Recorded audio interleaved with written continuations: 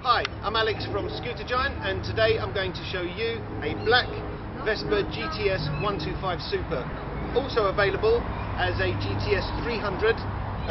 This black Super is one of the more sporty, bigger framed Vespas. This Vespa has a 124cc engine. It's a single cylinder, 4-valve, 4-stroke engine. Give you a very smooth ride. It has 12-inch wheels. If we take a look at the wheels, you'll see we've got nice big fat tyres which are great for stability on the road. We've got the sporty red springs which are specific to the GTS, and you'll see that we've got some nice chrome trim here at the front. As I look up, I can see the smaller windscreen. This is tinted, and then we've got some nice chrome mirrors. So all in all, we've got some traditional looks with a sporty twist. Looking at the dashboard on this GTS, you'll notice that it's primarily in black, which is specific to the GTS. We've got the silver colour around the outside. Right in the middle we've got the analog speedo, which is primarily in kilometres an hour, but around the inside we can see we've got miles per hour. The two analog gauges to the right of that, the top one is the fuel gauge, the bottom one is the temperature gauge. In the middle at the bottom, always convenient to have, we have the time, which can be toggled between the date and seconds with these rubber buttons. And then finally, along the top, around the top, we've got the warning lights. So we've got the engine warning light, we have the low oil warning light, we have the indicator light, we have the full beam light. I'll show you where the button to that is in a moment. And then we have the headlights, which are always on while you're riding. This is a low fuel light, so when you start to run low on fuel, it will flash initially, and then a solid fuel light will show you that you are actually running quite low. Looking at the left handlebar area, first of all you'll notice we've got a nice Vespa branded rubberized grip. Also the grip is slightly bigger than on a typical Vespa, with a nice chrome end there. We have three buttons, just you'll see, which is, one is the full beam light, so normal light is on all the time. If I press the button there in, you'll see the full beam light will be activated. Put that back. We have the indicators just below that, so we've got left, right and press to cancel, and finally below that we have the horn. So with the ignition switched on, I can demonstrate the horn for you.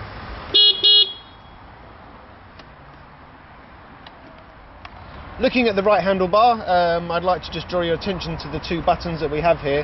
The red one is the engine kill switch, so in an emergency you can press that and the engine will stop dead. And then underneath that we have the electronic ignition button.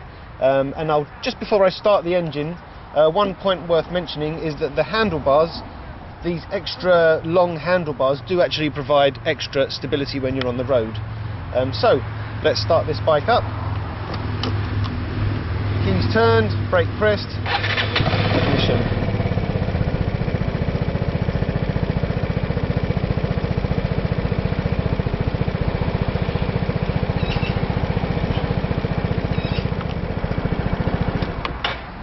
So now I'd like to show you underneath the dashboard.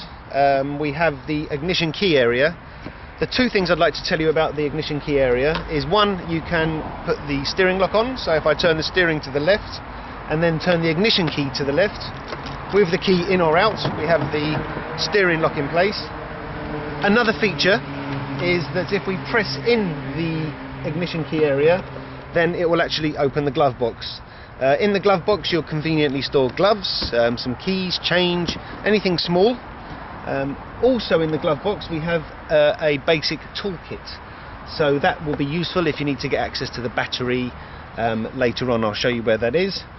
If I close the glove box, just above the glove box we have a bag hanger, which is always very useful, and to the left of that we have a button, and that button will unlock the under-seat storage. So as we work our way back, access to the battery using the toolkit is underneath the footrest at the front here. If I press this button, I can lift this seat up. This seat isn't the typical seat you get on a GTS 125, but it is remarkably similar, so don't worry about that too much. Underneath the seats you'll find a rain cover which can be pulled out and then just wrapped over the seat in the event of some rain while you're out. And then we have this larger than usual tray, which will accommodate an open face helmet. You'd struggle to fit a full face helmet in there. I can lift this bucket out, and that will give me great access to the engine area. The petrol filler caps here, 9.2 litres fuel capacity, will do you well over 100 miles. And then we have the 42 litre top box on the back. It's got a nice pillion passenger backrest, and also we've got some very comfortable footrests.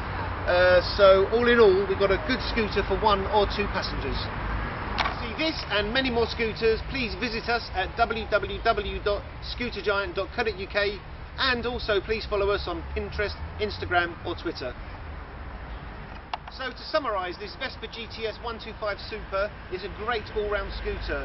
It's got good stability on the road, you can ride it in town, it can handle longer commutes, the big tyres make it great on bumpy roads, and the larger frame gives it more presence, so you feel more comfortable with other cars and other commuters on the streets.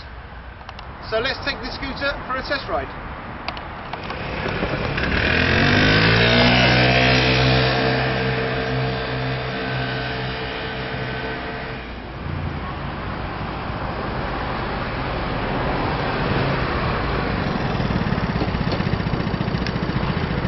And that's the GTS 125 Super.